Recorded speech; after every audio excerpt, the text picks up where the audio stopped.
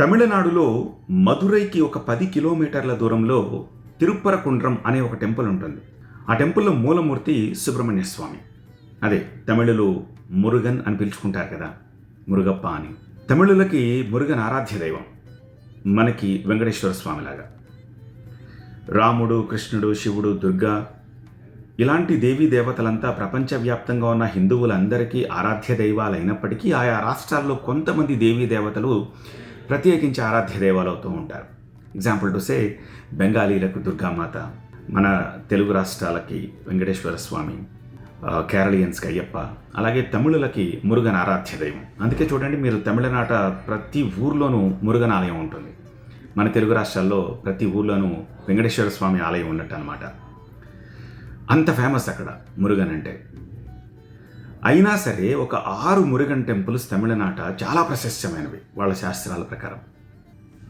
ఇంకా కేటగారికల్లీ చెప్పాలి అంటే, ఇప్పుడు నేను ప్రస్తావిస్తోన్న ఈ తిరుపరకుండ్రం అనే టెంపుల్ నెంబర్ 2 వాళ్ళకి. అంత ఫేమస్ టెంపుల్. మన తెలుగు వాళ్ళకి పెద్దగా తెలియదు. అందుకే మనం మదురై వెళ్తాము, మీనాక్షి అమ్మవారిని, సుందరేశ్వరిని దర్శించుకుంటాం, వచ్చేస్తాం. ఇంకొక 2-3 అవర్స్ స్పెండ్ చేయగలిగితే ఈవెన్ ఆ టెంపుల్ కూడా వెళ్ళి రావచ్చు. తెలియక చాలామంది వెళ్ళరు. సో ఈసారి మీరు మదురై వెళ్తే తప్పనిసరిగా ఆ టెంపుల్ విజిట్ చేయండి. ఎంత బ్యూటిఫుల్ టెంపుల్ అంటే, నేను 2 టైమ్స్ విజిట్ చేశాను.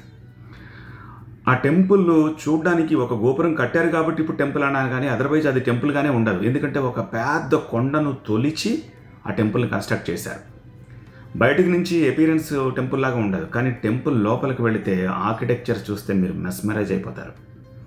లోపల మూర్తి ఎంత విశేషంగా కనిపిస్తారంటే, మీరు ఎక్కడైనా చూడండి, వల్లి దేవసేన సమేత సుబ్రహ్మణ్య స్వామి నుంచునే ఉంటారు, కానీ ఇక్కడ స్వామివారు కూర్చొని ఉంటారు. ఇదొక విశేషం ఇక్కడ ఈ టెంపుల్లో.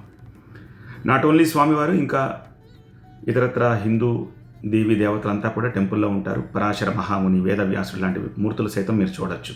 అద్భుతమైన ఆర్కిటెక్చర్ ఉంటుంది, చాలా మెస్మరైజింగ్గా ఉంటుంది, దర్శనం చాలా అద్భుతంగా ఉంటుంది. బయటకు వస్తే ఒక తెలియని అనుభూతి కలుగుతుంది మీకు. అంత మంచి టెంపుల్ అది. శాస్త్రాల ప్రకారం ఎప్పటి నుంచో ఉంది అని చెప్పేసి, ఈవెన్ ఆర్కియాలజికల్ సర్వే కూడా ఏం చేసిందంటే, అధ్యయనం చేసిన తర్వాత ఇది 2000 years బ్యాక్ టెంపుల్ అని చెప్పింది. ఇమాజిన్ ఎంత ఓల్డ్ టెంపుల్. ఇప్పుడు స్పెసిఫిక్గా ఎందుకు నేను ఈ టెంపుల్ గురించి ప్రస్తావిస్తూ వీడియో చేస్తున్నానంటే, ఇంకొక 3-4 నెలల్లో తమిళనాట ఎన్నికలున్న సమయంలో ఈ టెంపుల్ చుట్టూ ఇప్పుడు ఒక వివాదం రాజుకుంది. అది ఒక రాజకీయ వివాదంగా మారబోతోంది. ఏమిటది? నెక్స్ట్ వీడియోలో అది ఏమిటి, ఏం జరిగింది అసలు చూడండి.